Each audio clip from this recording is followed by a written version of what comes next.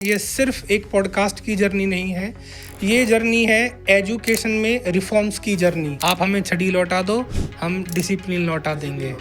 आजकल हम लोग एजुकेशन को खरीदने जा रहे हैं स्कूल्स में, बट एजुकेशन ऐसी चीज़ है कि आप कितने भी लाखों रुपए खर्च कर लो, अगर लाखों रुपए से एजुकेशन आ जाती होगी फिर तो बात ही क्या थी। सक्सेसफुल स्टूडेंट मैं उसे मानूंगा कि जो अपने जो नॉलेज को इम्प्लीमेंट करके कुछ अचीव कर पाए। मेरा मानना ये है कि implementation of knowledge is power. Actual में क्या है सर, सक्सेस को हमने सिर्फ पैसे से तोलना शुरू कर दिया। आजकल के बच्चे वो जो एथिक्स और वैल्यूज होती हैं उसमें कहीं ना कहीं पीछे छूटते जा रहे हैं। From local roots to global height, together we rise. So hello everyone, आप सभी को मेरा प्यार भरा नमस्कार। मैं आप सभी का स्वागत करता हूं हमारे channel Gurjar mission education, in short हम GME बोलते हैं। तो सबसे पहला क्वेश्चन आपके मन में भी यही आ रहा होगा कि क्यों हमने GME स्टार्ट किया, वाई GME। तो जो आज हम पॉडकास्ट स्टार्ट करने जा रहे हैं, ये हमारा पहला पॉडकास्ट है और हम इस जर्नी को जो आज स्टार्ट कर रहे हैं, ये सिर्फ एक पॉडकास्ट की जर्नी नहीं है, ये जर्नी है एजुकेशन में रिफॉर्म्स की जर्नी। जितनी भी एजुकेशन में रिफॉर्म्स की ज़रूरत है उन सबको हम यहाँ पे रखने वाले हैं अपनी इस पॉडकास्ट सीरीज़ के थ्रू। सेकंड, जितनी भी प्रॉब्लम्स हैं, जो स्टूडेंट को प्रॉब्लम्स आती हैं स्कूल्स में, या कुछ स्कूल सोचते हैं कि पेरेंट्स अच्छे से ट्रीट नहीं करते स्कूल को, स्कूल सोचता है कि पेरेंट्स अच्छे नहीं हैं, तो इन दोनों का एक सॉल्यूशन निकालने के लिए, ग्राउंड सॉल्यूशन कि पेरेंट्स की प्रॉब्लम क्या है, स्कूल की प्रॉब्लम्स क्या हैं, बच्चों की प्रॉब्लम्स क्या हैं, इन सब पे हम इस पॉडकास्ट सीरीज में बात करेंगे। तो इसी सीरीज को स्टार्ट करते हुए आज हमने दो ऐसी शख्सियत को अपने पॉडकास्ट पे बुलाया है जो कि शिक्षा के जगत में अपने आप में एक बहुत ही स्टेब्लिश्ड और बहुत ही बड़ा नाम है। तो सबसे पहले मैं वेलकम करना चाहूँगा हमारे Sanskar public school greater Noida west के चेयरमैन मिस्टर योगेंद्र नागर जी को, जो कि अपने आप में एक काम पर्सनैलिटी के धनी है। और दूसरे में स्वागत करना चाहूँगा मिस्टर अनिल नागर जी का, जो कि ब्लू डायमंड पब्लिक स्कूल के चेयरमैन है। तो हम इनसे चर्चा करेंगे कि किस तरह से हम एक बच्चों के लिए स्ट्रेस फ्री इन्वायरमेंट या फिर ऐसी एजुकेशन क्रिएट करें उससे बच्चों की ना सिर्फ एकेडमिक्स बल्कि स्किल्स भी डेवलप हों। तो सर, मोस्ट वेलकम, हमारे पहले पॉडकास्ट में आपका स्वागत है। तो आई होप आप अच्छे होंगे। थैंक यू हमारी सारी टीम की तरफ से कि आप हमारे नोटिस पे यहाँ आए। तो मैं पहले क्वेश्चन की शुरुआत अनिल सर से करना चाहूँगा। सर, हमने ये क्वेश्चंस की सीरीज बनाई है, इसमें जो क्वेश्चंस हैं ये सिर्फ मेरे नहीं हैं, ये हमारी टीम के हैं और उन पेरेंट्स के क्वेश्चन हैं जो प्रॉब्लम्स फेस करते हैं। तो सबसे पहले क्वेश्चन मेरा आपसे ये है कि आपको क्या लगता है एक स्कूल के लिए सबसे इम्पोर्टेंट चीज़ क्या है? स्कूल का इंफ्रा, स्कूल की एजुकेशन या फिर टीचर्स? तीनों ही चीज़ें, तीनों ही पहलू अपने आप में बहुत महत्वपूर्ण हैं। टीचर भी, इंफ्रा भी और एजुकेशन भी। जी, इनमें मैं सबसे इनको मैं ऊपर, अगर ऐसे करूं कि फर्स्ट सेकंड थर्ड, तो आप कैसे बता पाएंगे? मैं इनमें सबसे ऊपर रखना चाहूँगा टीचर को। ओके, ठीक है। यदि गुरु और टीचर आपका अच्छा है तो जाहिर सी बात है जो एजुकेशन है आपकी वो बेहतर होगी। बिल्कुल। टीचर के बाद मैं एनवायरनमेंट को सेकंड उस पर रखना चाहूँगा कि अगर हम एनवायरनमेंट अच्छा देते हैं, वो एक मैनेजमेंट का काम है कि भाई मैनेजमेंट अगर जो है एक अच्छा एनवायरनमेंट क्रिएट करती है बच्चों के लिए, तो एक अच्छा हेल्दी एनवायरनमेंट में बच्चा जो है एक अच्छे माइंडसेट से पढ़ने की कोशिश करता है। ओके। बाकी मैं थर्ड पे मैं रखना चाहूँगा इंफ्रा को, कि इंफ्रा बिल्डिंग वाइज अगर आप जो ज़रूरत की चीज़ें हैं, सपोज करो लाइब्रेरी है, लैब्स हैं और आपका इंडोर स्पोर्ट्स हैं या इंडोर प्ले वे की चीज़ें हैं छोटे बच्चों के लिए, या और जो है जैसे आज की डेट में कंप्यूटर लैब्स और लैंग्वेज लैब्स, और आज तो मैथमेटिक्स की लैब्स भी चल गई हैं। हमारे समय में तो शायद मैथमेटिक्स की लैब्स कम होती थी, बट आज की जो एजुकेशन सिस्टम है उसमें मैथमेटिक लैब्स को भी, इवन लैंग्वेज लैब्स को भी बड़ा प्रायोरिटी दी जा रही है। तो वो इंफ्रा में थर्ड नंबर पे मैं रखना चाहूँगा कि वो भी इंफ्रा अच्छा होना चाहिए स्कूल का। सेकंड क्वेश्चन मेरा योगेंद्र सर से है, और सर ये क्वेश्चन आपके लिए इसलिए है क्योंकि हमने ना क्लोजली आपके स्कूल को मॉनिटर किया है। मैं कंटिन्यूसली स्कूल में जाता रहता हूँ, स्कूल के जो टीचर्स हैं उनके रिव्यू। तो आपके स्कूल में हमने जो एक चीज़ फील करी थी वो ये थी कि वहाँ पे ना स्ट्रेस फ्री एनवायरनमेंट है, वो टीचर्स के लिए भी और बच्चों के लिए भी। तो कैसे क्रिएट करते हैं आप ये स्ट्रेस फ्री एनवायरनमेंट, या आपको क्या लगता है कि बाकी स्कूल्स को क्या करना चाहिए कि बच्चे के लिए एक स्ट्रेस फ्री एनवायरनमेंट रहे और बच्चा वहाँ पे पढ़े, अगर पढ़ने आ रहा है तो वो अपने आप को ऐसा बंद फील ना करे कि सर आ रहे हैं तो मैं ये कर लूँ।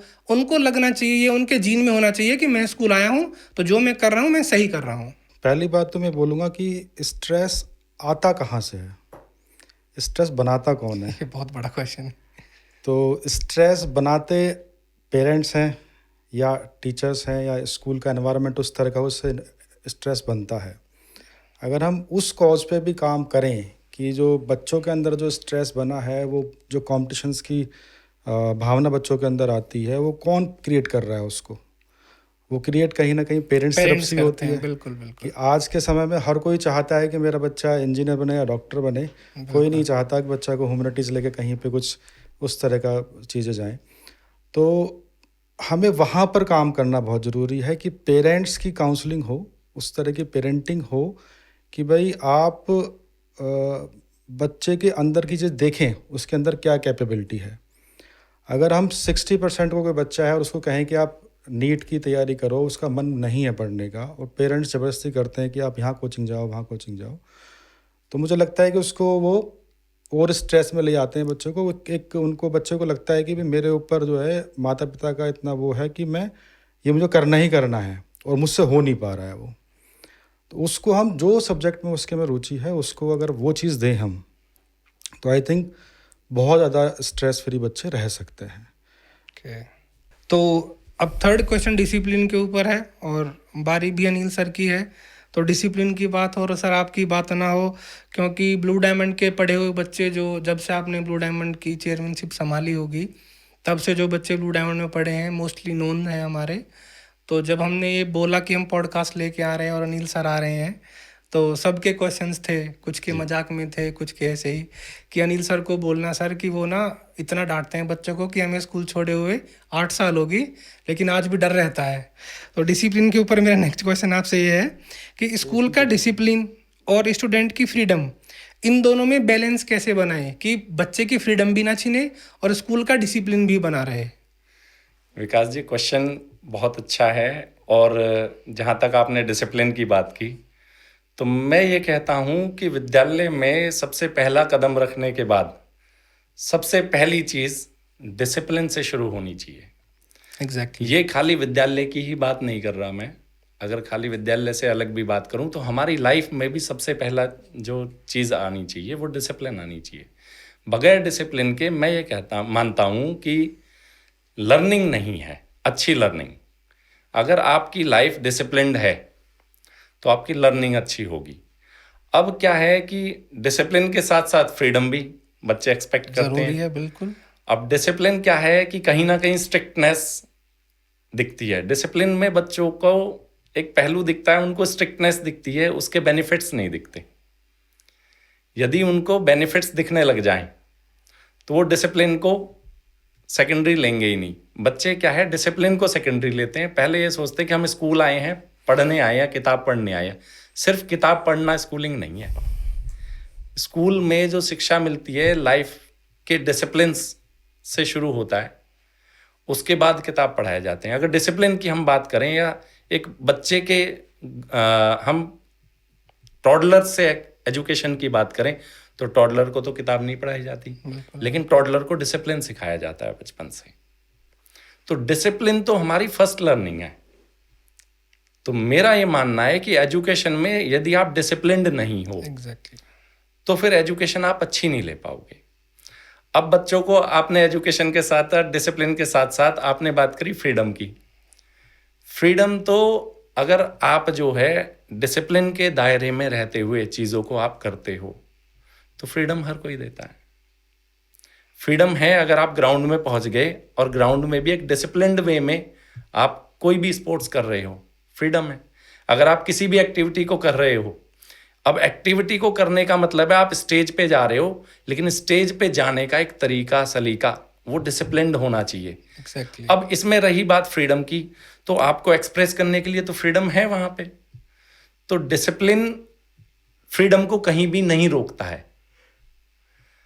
कोई भी एजुकेटर आपको फ्रीडम देता है आपके स्किल्स को प्रेजेंट करने के लिए, चाहे वो स्पोर्ट्स के स्किल्स हों, चाहे वो आपके अंदर कोई भी टैलेंट हो, उसको प्रेजेंट करने की फ्रीडम देता है, लेकिन डिसिप्लिन के दायरे में रहते हैं। तो बच्चों को लगता है कि जो हमें शरारत नहीं करने दी जा रही है तो हमें फ्रीडम नहीं मिल रही है, उनके लिए फ्रीडम का मतलब है शरारत कर। तो यहीं से एक क्वेश्चन निकल के आता है सर आपके लिए कि एक आइडियल स्टूडेंट कैसा होना चाहिए?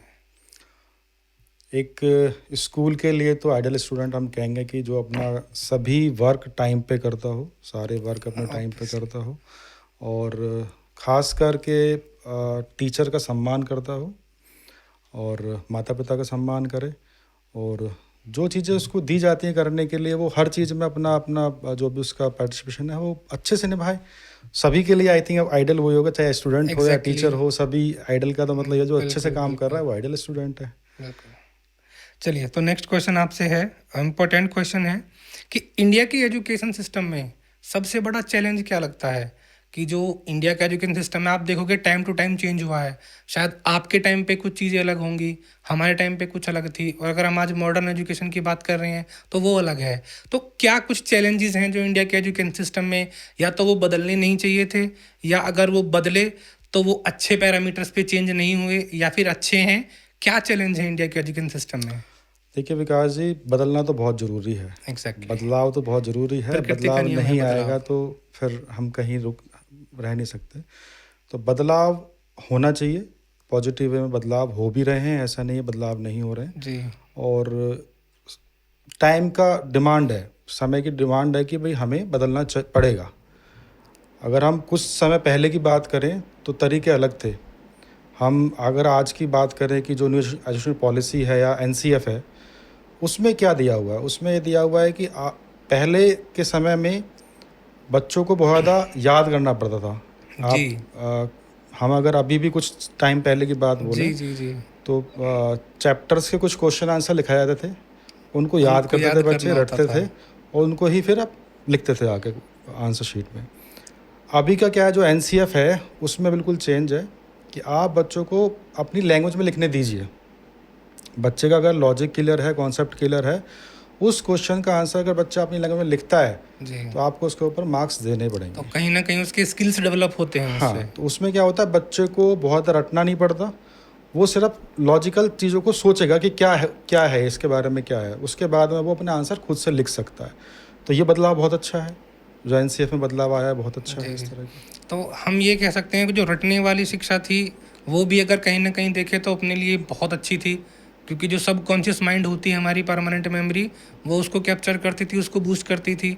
और जो प्रैक्टिकल लर्निंग है, ये तो इन दोनों का समन्वय कैसे बैठाया जाए कि हमारी दोनों चीज़ें कंप्लीट हो जाएं, ताकि अभी भी दोनों चीज़ें ही होती हैं। अगर आप कोई टॉपिक के ऊपर, बच्चा कोई बुक में से पढ़ रहा है उसको, तो ऐसा नहीं है कि उसने एक लाइन पढ़ेगा बच्चा और उसका वो पूरा आंसर दे देगा। जी जी। वो पढ़ना तो उसको पूरा पढ़ेगा, उसके जो माइंड में चीज़ें लानी उसको पूरी लानी पड़ेगी, बट एक लिखना उसको अपने तरीके से, समराइज करने का तरीका उसका खुद का होना उसका खुद चाहिए। का है। ऐसा नहीं चाहिए लाइन टू लाइन हम चेक करेंगे कॉपी को भी, एक इज़ आर एम इधर से उधर नहीं हो जाना चाहिए। तो उसके लिए बच्चों को बेनिफिट है कि वो अपने आप ही उसको लिख सकते हैं। तो वो जो सबकॉन्शियस माइंड की बात कर रहे हैं वो तो अभी भी करना पड़ता है बच्चों को। जी जी अभी भी है, बिना उसके तो काम चलेगा ही नहीं। जी जी। तो नेक्स्ट क्वेश्चन सर आपके लिए ये है, और ये मेरे लिए भी खुद के लिए बहुत ज़रूरी क्वेश्चन हो जाता है कि आप सक्सेस को कैसे देखते हैं? एक सक्सेस स्टूडेंट कौन है? जो पढ़ के गवर्नमेंट जॉब ले गया, क्या वो सक्सेस है? या फिर जो पढ़ के अच्छा इंसान बन गया, या बाकी उसने अपनी करियर में ऐसी चीज़ें करी कि जो अचीव करना एक बहुत बड़ा टास्क था, हो सकता है किसी के लिए भी, मेरे लिए भी, आपके लिए भी। तो सक्सेस क्या है? आप एक सक्सेस स्टूडेंट किसको बोलेंगे? सर मैं ये मानता हूँ कि एक सक्सेसफुल स्टूडेंट मैं उसे मानूंगा कि जो अपने जो नॉलेज को इम्प्लीमेंट करके कुछ अचीव कर पाए। नॉलेज, अब हम अगर बात करें कि एक पंच लाइन थी, नॉलेज इज़ पावर। जी। तो हमने काफ़ी जगह सुनी भी हुई है कि भाई नॉलेज इज़ पावर। मैं ये मानता हूँ कि अगर हम खाली नॉलेज इज़ पावर तक सीमित रहेंगे तो शायद चीज़ें अचीव नहीं कर पाएंगे। मेरा मानना ये है कि implementation of knowledge is power. Exactly.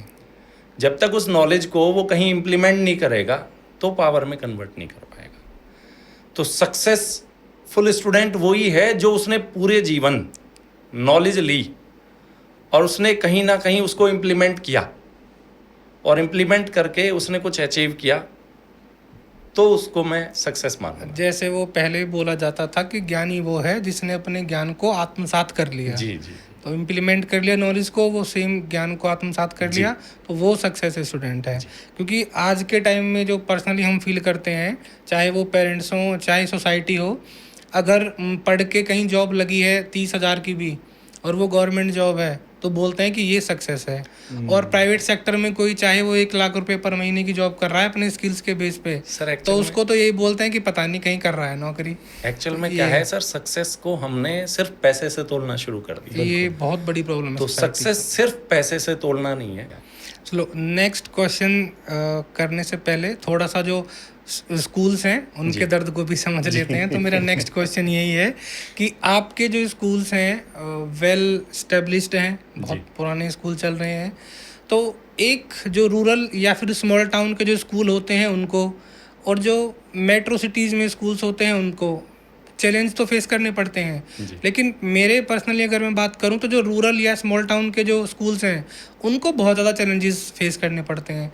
तो वो क्या चैलेंजेस जो आप सोचते हो कि हमारे पास वो चैलेंजेस हैं, ये चैलेंजेस मेट्रो सिटीज़ के स्कूल के पास नहीं है? एक्चुअल में सर बहुत सारे छोटे छोटे चैलेंजेस हैं, और वो छोटे चैलेंजेस ही कहीं ना कहीं बड़ी समस्या क्रिएट करते हैं। एग्जैक्टली। एक तो मैं कह रहा हूँ कि सबसे पहली चीज़ इसमें मैं जोड़ूंगा स्टूडेंट गाइडेंस। ठीक है, वो परिवार से मिलती है। उस परिवार में फिर एक समस्या आके खड़ी हो जाती है कि भाई पेरेंट ट्रेनिंग या पेरेंट काउंसलिंग, उसकी बहुत नीड है। कि भाई पेरेंट काउंसलिंग की नीड है कि भाई बच्चे के एजुकेशन जर्नी को एक पेरेंट कैसे लेके जाए, उससे एक्सपेक्टेशंस क्या करे ताकि बच्चा प्रेशर में ना रहे। जैसे अभी जोगिंदर जी ने बोला कि बच्चा स्ट्रेस में रहता है। एक्चुअल में क्या है, स्ट्रेस में मेरा जो मानना है, स्ट्रेस में रहने का कारण है एक्सपेक्टेशंस। जब वो एक्सपेक्टेशंस के अकॉर्डिंग वो पूरा नहीं उतर पाता बच्चा, तो वो स्ट्रेस में रहता। अब उसके लिए पेरेंट को भी ये काउंसिल करना ज़रूरी है कि बच्चे की स्ट्रेंथ के अकॉर्डिंग हम बच्चे से एक्सपेक्ट करें। होता क्या है, हम बच्चे की स्ट्रेंथ तो हम कैलकुलेट करते नहीं है कि हमारे बच्चे के अंदर क्या है, कि भाई उसके अंदर स्पोर्ट्स को लेके स्ट्रेंथ है, या मैथमेटिक को लेके स्ट्रेंथ है उसमें, या उसकी कम्युनिकेशन स्किल्स अच्छी हैं, या राइटिंग स्किल्स अच्छी हैं। उसके स्ट्रॉन्ग जोन पे हम काम नहीं करते। तो क्या है कि वहाँ पेरेंट और गाइडेंस भी बहुत ज़रूरी है। साथ साथ स्कूल के सिनेरियो से अगर मैं देखूं तो टीचर ट्रेनिंग का भी एक बहुत बड़ा रोल होता है। तो टीचर ट्रेनिंग की भी बहुत ज़रूरत है। जो हम अगर अर्बन स्कूल्स की बात करें और रूरल स्कूल्स की बात करें, दोनों में बड़ा डिफरेंस है। वहाँ पे क्या है, ट्रेनिंग अच्छी मिलती है या proper time to time trainings होती हैं, तो उसका भी बेनिफिट उनको मिल जाता है। रूरल जो गांव देहात के जो स्कूल्स हैं उनमें ट्रेनिंग्स की एक कमी रह जाती है। हालांकि आज की डेट में एजुकेशन बोर्ड CBSE हर तरीके की फैसिलिटीज़ दे रहा है, जागरूक हो रहे हैं सभी स्कूल्स ओनर्स भी, और अपने टीचर्स को वो अच्छी अच्छी ट्रेनिंग्स दिला रहे हैं ताकि उनका टीचर जो है और अपने आप को रिफाइन कर पाए। तो सारी ही चीज़ें हैं। स्टूडेंट, हम कई बार सोचते हैं कि हर कोई पीछे पड़ जाता है स्टूडेंट के, तो सिर्फ स्टूडेंट काउंसलिंग ही नहीं है, कोई एक स्टूडेंट काउंसलिंग के साथ साथ पेरेंट काउंसलिंग और टीचर काउंसलिंग भी जरूरी है। कोई एक ऐसी मेन प्रॉब्लम जो आपको फेस करनी पड़ी हो कि ये मुझे बहुत फेस करनी पड़ती है इस वजह से, कोई भी एक प्रॉब्लम अगर लगे आपको? सर प्रॉब्लम्स तो ये सारी ही हैं लगभग जो हमें डे बाय डे फेस करनी पड़ती हैं। मैं ये मानता हूँ जोगिंदर जी आपको भी लगभग यही सारी सेम क्वेश्चन सर आपसे भी है। सेम प्रॉब्लम्स फेस करनी पड़ रही होंगी। देखिए, हर एक एरिया का एक अलग अलग प्रॉब्लम्स है। लाइक अगर हम बात करें कि जो रूरल एरिया के स्कूल हैं उनकी क्या प्रॉब्लम है, तो हो सकता है कि एक बहुत बड़ी प्रॉब्लम आती हो फाइनेंशियल को लेकर। फाइनेंशियल प्रॉब्लम, ये प्रॉब्लम आती होगी, क्योंकि हम उस बिल्कुल, तरह का वो भी चार्ज एक वहाँ प्रॉब्लम। नहीं कर सकते हैं, क्योंकि वहाँ पे उस तरह की लोकेलिटी है ही नहीं कि हम बहुत ज़्यादा चार्ज कर सकते हैं। और आज के समय में जो खर्चे हैं वो बहुत ज़्यादा हैं, एग्जैक्टली। और क्योंकि हम लोग कंपेरिजन भी करते हैं जो आजकल सेक्टर्स में स्कूल खुले हुए हैं, हमारे यहाँ तो आसपास में हैं इस तरह के, बट उनका फ़ीस बहुत हाई होता है, तो वो अपने खर्चों को मैनेज कर लेते हैं।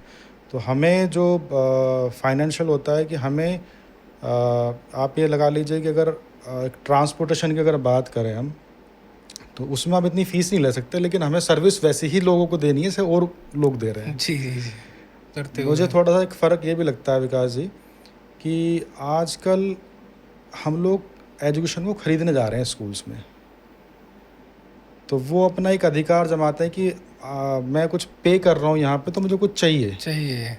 बट एजुकेशन ऐसी चीज़ है कि आप कितने भी लाखों रुपए खर्च कर लो, अगर लाखों रुपए से एजुकेशन आ जाती होगी फिर तो बात ही क्या थी। सही बात है। तो अलग अलग जगह की अलग अलग प्रॉब्लम्स हैं।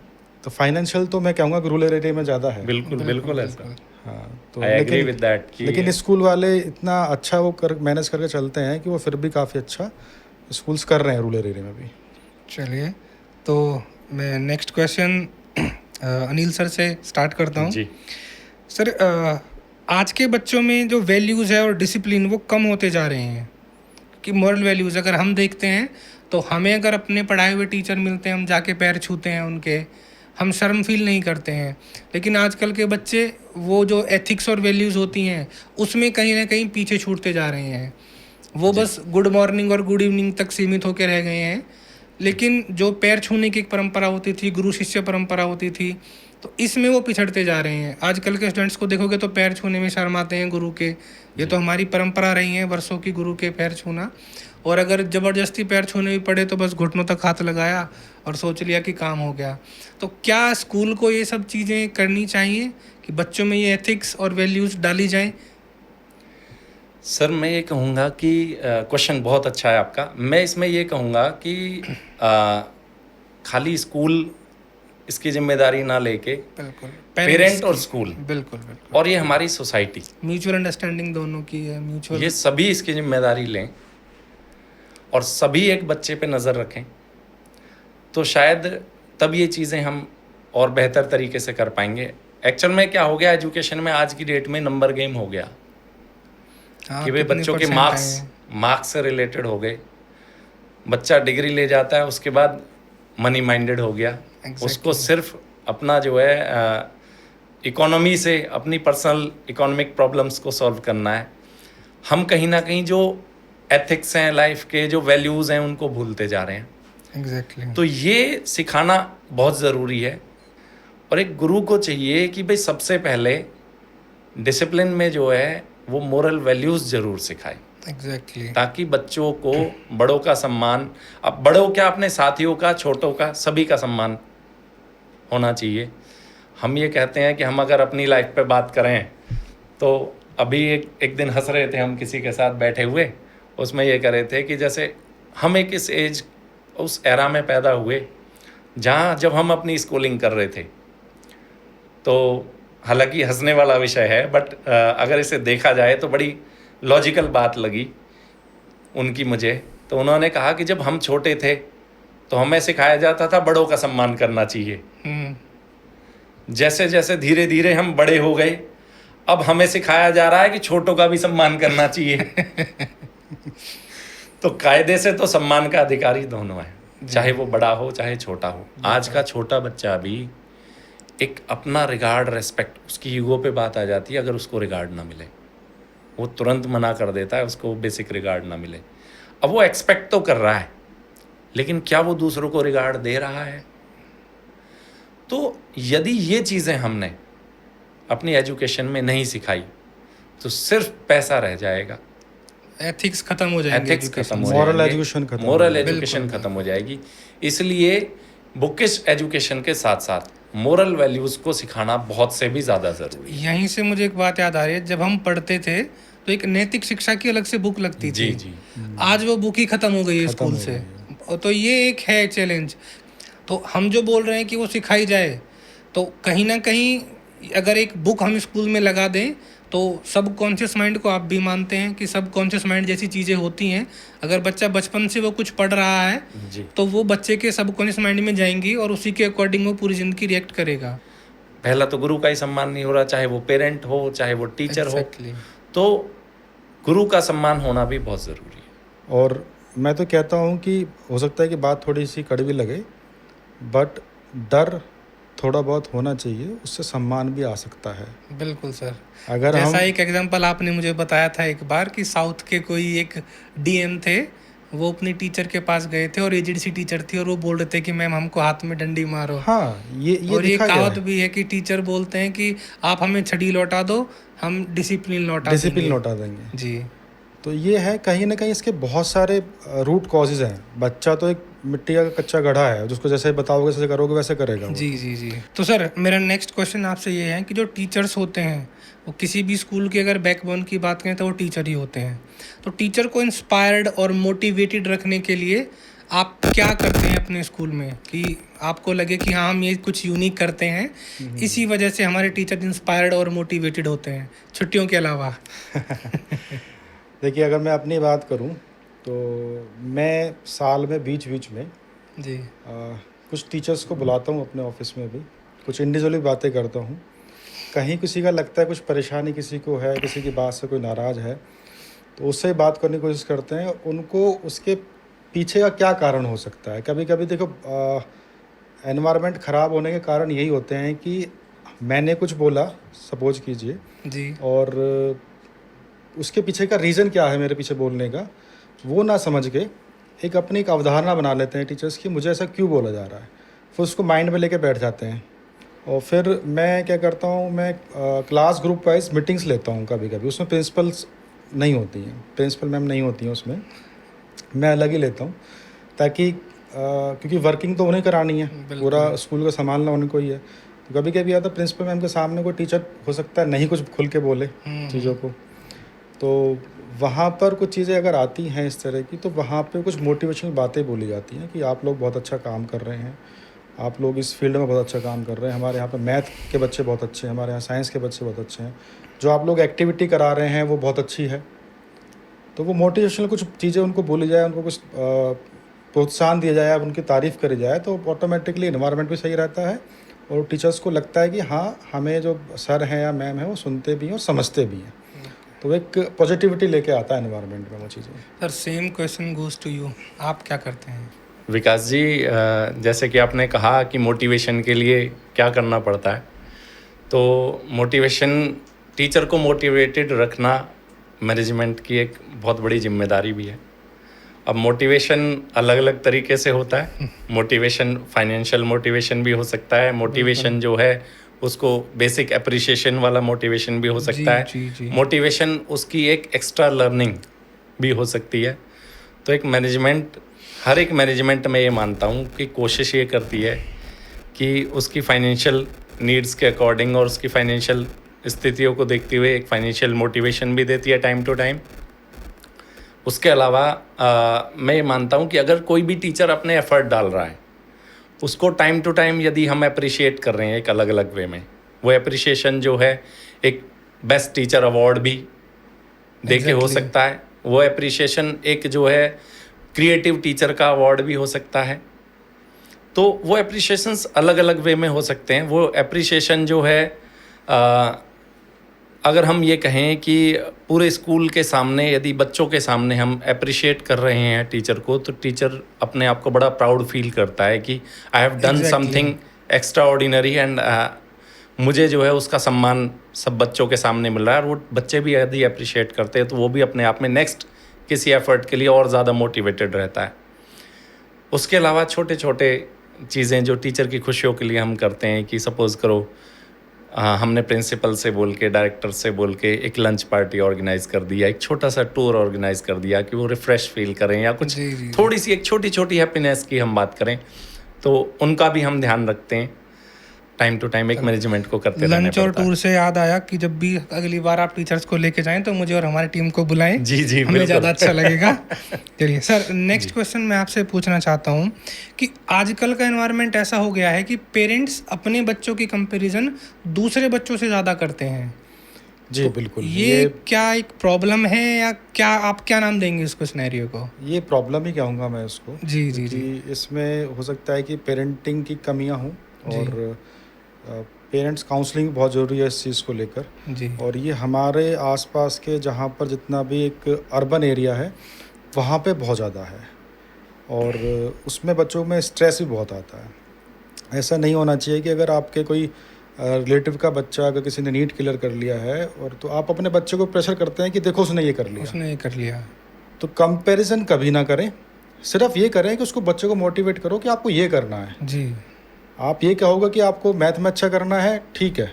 आप ये कहोगे कि देखो आपका IIT ही निकालना है। आपका जो पड़ोस का बच्चा है या शर्मा जी का बच्चा जो है वो मैथ में कितना अच्छे नंबर लेके आया है, या आप ये कहोगे कि भाई 10th में आपके 90 आए हैं, और ये फिर आप दूसरे बच्चों को नाम लेके बोलें कि उसके 95 आए हैं, देखो उसके 95 आए हैं, तो वो तो बिल्कुल नहीं करना चाहिए। तो एक तो बच्चों के आपस में भी हीन भावना बढ़ जाती है जी जी जी कि भाई आप अगर किसी दूसरे बच्चे का नाम लेके बोल रहे हैं तो दूसरा बच्चा, अगर दो हेल्दी relative कंपटीशन नहीं हैं, रहता है वो। हाँ, दो रिलेटिव हैं, अब हम बोलें कि देखो आपके बुआ के बच्चे ने ये कर लिया, तो जो बुआ के बच्चों का आपस में प्यार था वो भी वो खत्म। कहीं ना कहीं वो भी ख़त्म हो जाएगा। अब वो बच्चा क्या करेगा क्या नहीं करेगा उसके बाद दूसरी है। लेकिन ये बिल्कुल गलत है, ऐसा नहीं होना चाहिए कि हम कंपैरिजन करें, कंपैरिजन नहीं करना चाहिए। जो बच्चे की स्ट्रेंथ है उस स्ट्रेंथ के अकॉर्डिंग उसको मोटिवेट करके उसकी सराहना करते हुए उसको बोलना चाहिए कि आपको ये ऐसे करो आप। ठीक है। आपने बीच में एक बात बोली कि पेरेंट काउंसलिंग, तो इस मामले में मुझे लगता है कि जो रूरल स्कूल हैं वो अभी शायद इस स्टेप्स तक नहीं पहुंचे हैं। नहीं विकास जी, ये और होता है। इसमें सिर्फ स्कूल की भी गलती नहीं है, मैं कंप्लीट कर लूँ, इसमें पेरेंट्स की भी बहुत गलतियाँ होती हैं, क्योंकि जब PTM में बुलाते हैं पेरेंट्स को तो वो जा ही नहीं पाते हैं। अगर आप रेशियो निकाल के देखें तो अगर मैं गलत नहीं तो 20 से 25% पेरेंट ही शायद PTM में पहुंच पाते हैं। जी मैं बताता हूँ। हम क्या करते हैं, हम पेरेंट ओरिएंटेशन प्रोग्राम करते हैं जिसमें न्यू जो स्टूडेंट्स होते हैं उनके भी पेरेंट्स को, जो ओल्ड होते हैं उनके भी पेरेंट्स को हम बुलाते हैं कि आप आइए, और एक हम प्रोग्राम रखते हैं उससे। उसमें क्या होता है कि स्कूल क्या एफर्ट्स कर रहा है या स्कूल कैसे कैसे चल रहा है उसके बारे में हम पेरेंट्स को बताते हैं। उसमें हम कुछ बच्चों की एज के अकॉर्डिंग भी चीज़ें होती हैं, लाइक एक जो बच्चा होगा 6 to 7 ईयर का होगा उसके अंदर क्या चीज़ें होती हैं, फिर जो बच्चा एक 12 ईयर का हो जाता है, 13 ईयर का हो जाता है, उसके अंदर क्या बदलाव आते हैं, उसको हमें कैसे हैंडल करना है उन बच्चों को। ऐसा तो नहीं दोनों में एज में अंतर है तो जी, एक ही वे में हम हैंडल कर सकते हैं। बिल्कुल। एक एज आती है कि 13 के बाद में एक बच्चा 6, 7, 8 में आता है तो उसके अंदर बहुत बदलाव आते हैं, जी, चाहे वो गर्ल्स हो बॉयज़ हो, सब में बदलाव बायोलॉजिकल चेंजेस भी होते हैं। चेंजेस आते हैं। तो उसका भी इफ़ेक्ट हम बात करने के लिए बुलाते हैं। बट मैं आपसे शेयर करूंगा बात की, हम जब कभी भी पेरेंट ओरिएंटेशन प्रोग्राम रखते हैं उसमें मात्र 10% पेरेंट्स आते हैं, मात्र 10% पेरेंट्स आते हैं। और वहीं पे अगर कोई बच्चे का ऐसा प्रोग्राम है कि उसको किसी ऐसे प्रोग्राम में बच्चा है जहाँ वो बच्चा स्टेज पे खड़ा होकर डांस कर रहा है या कोई कोकरिकुलर एक्टिविटीज़ कर रहा है, तो वो सारे तो वहाँ पे फिर उनके रिश्तेदार को भी लाना चाहेंगे, एक पसंद तरह करना से चाहेंगे शो कि- ऑफ हो गया है आज। हाँ, तो हमें जो मैं ये कहूँगा कि जो काम की बातें हैं उसके लिए तो पेरेंट्स कम आते हैं। जी और जो हमें एक बच्चे को डांस करते हुए देखना है, बच्चे को स्टेज पे बोलते हुए देखना है, या कुछ एक स्किट बच्चा कर रहा है, डायलॉग बच्चा बोल रहा है, उसके लिए ज़्यादा पेरेंट्स आना पसंद करते हैं। जैसे एनुअल डे में हम कह लें तो काफ़ी पेरेंट्स आते हैं। बट वहीं अगर वो काम की बात है, पेरेंट ओरिएंटेशन प्रोग्राम की बात है, वहाँ पे संख्या कम होती है। रोज क्या का ही काम करना हो गया है, है सुनना ही तो है। नहीं तो है।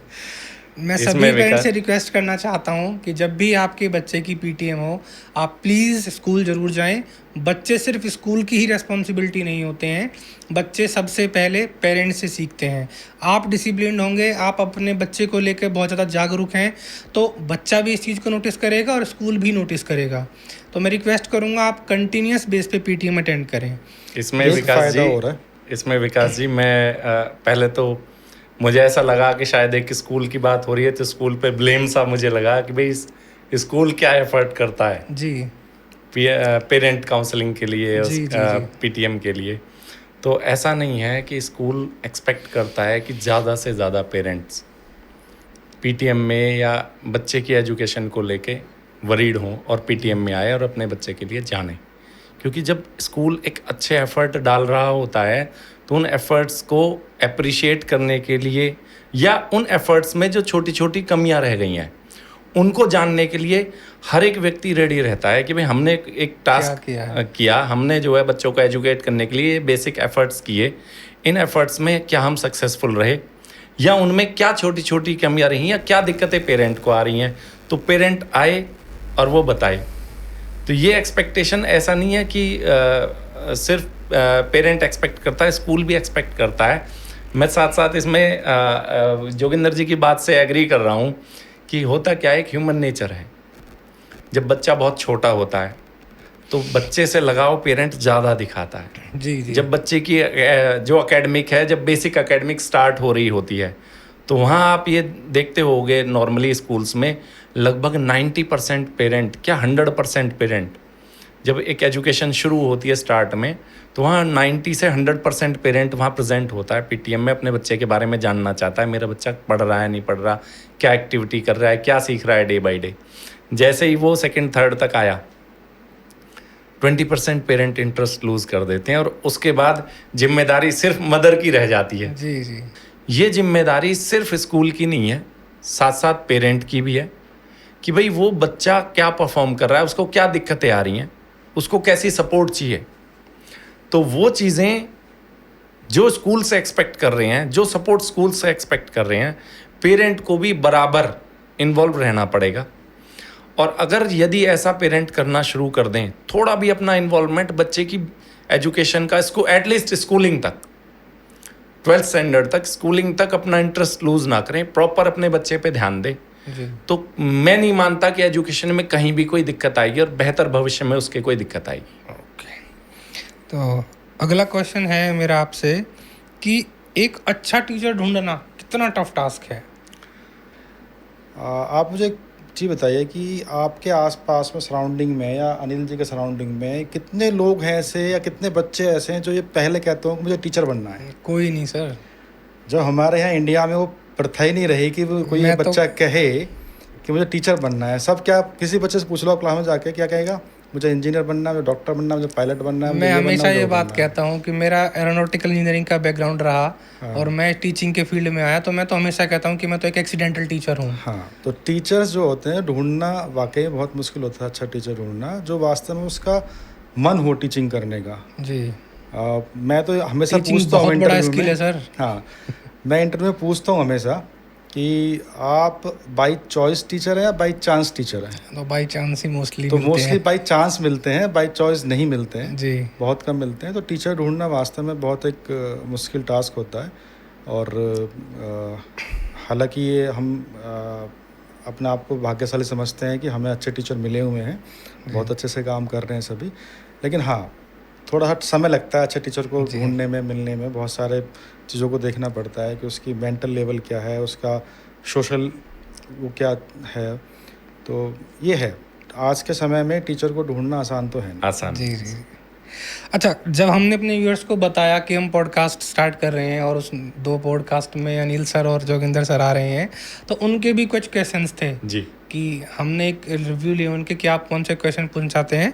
तो मैं एक क्वेश्चन लेता हूँ। ये क्वेश्चन पूछा है मेरे पर्सनल फेवरेट मिस्टर विक्रांत नागर जी, जो कि GR ग्लोबल एकेडमी के चेयरमैन हैं। उन्होंने बोला था कि स्कूल की हैप्पीनेस को कैसे आंका जाए, कैसे पता चले कि स्कूल जाकर बच्चा कितना हैप्पी फील कर रहा है या वो ज़बरदस्ती मन मार के स्कूल जा रहा है?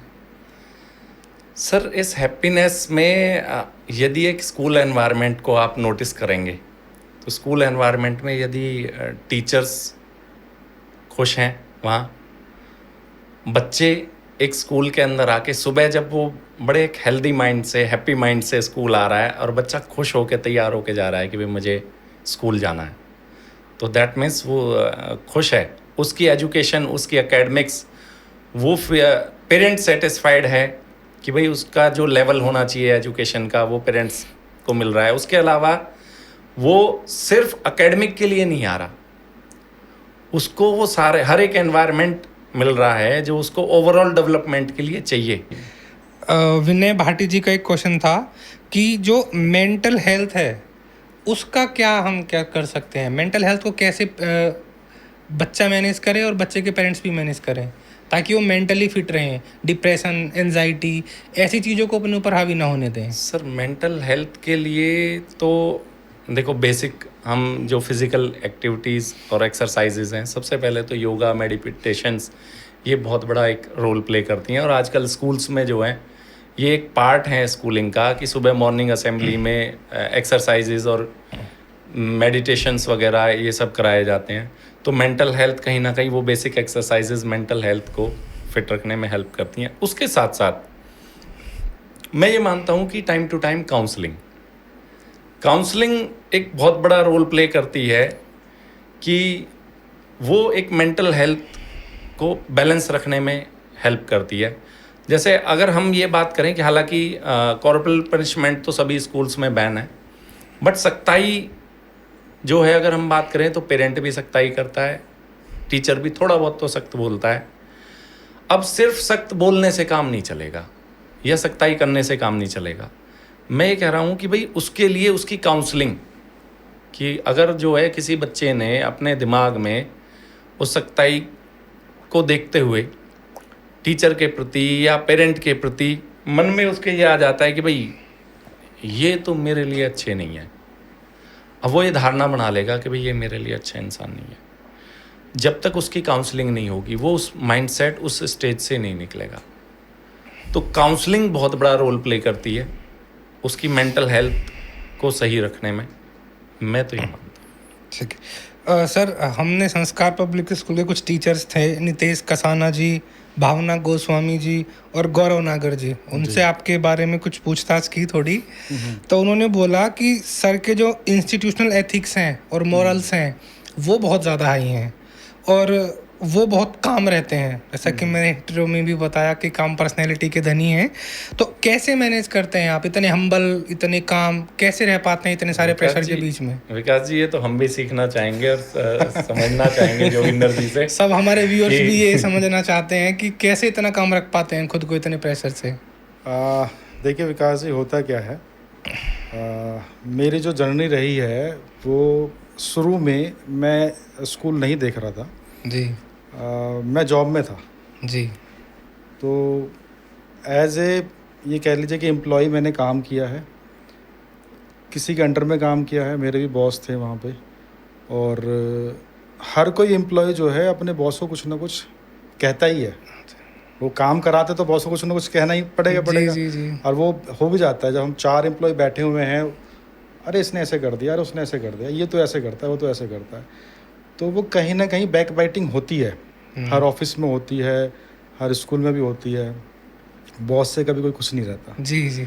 मेरा कहना तो ये है कि अगर कोई भी कंप्लेंट आपकी करता है वो पॉजिटिव है, क्योंकि अगर आपकी कुछ कंप्लेंट नहीं है तो इसका मतलब या तो आप काम अच्छा नहीं कर रहे हो, क्योंकि कंप्लेंट तभी आती है जब आप कुछ करते रहते हो तब आते हैं। कुछ नहीं करोगे तो कंप्लेंट कौन करेगा? कंप्लेंट को यार सुधार का मौका है, अपने सुधार का मौका है। उस चीज़ के ऊपर अपना विचार करो कि भी हाँ, क्या हमने ऐसा कुछ किया है जी, क्या ऐसा होना नहीं चाहिए था, क्या होना चाहिए था। जो भी कुछ है उसको ऊपर क्या कंप्लेंट आई है उसके ऊपर विचार करो, पहले अपने आप को बदलने की कोशिश करो कि भी हमें ये बदलना है। तो सर नेक्स्ट क्वेश्चन सर आपसे है, थोड़ा सा हमने आपके बारे में भी पता किया तो बिल्कुल आग और पानी वाला कनेक्शन मिला। सर बिल्कुल काम है और आप बहुत ज़्यादा स्ट्रिक्ट हैं। तो जो 8 साल पहले भी पास आउट हैं बच्चे, तो वो उन्होंने मजाक के लहजे में बोला या वैसे भी कि एक बार अनिल सर से पूछना ज़रूर कि सर इतना क्यों स्ट्रिक्ट लेते हैं कि सर की एक आवाज़, बहुत से बच्चे तो ऐसे हैं कि सर ने अगर एक आवाज़ गैलरी से मार दी तो बच्चा वहीं से हम जाता है कि अरे अब पिटोगे।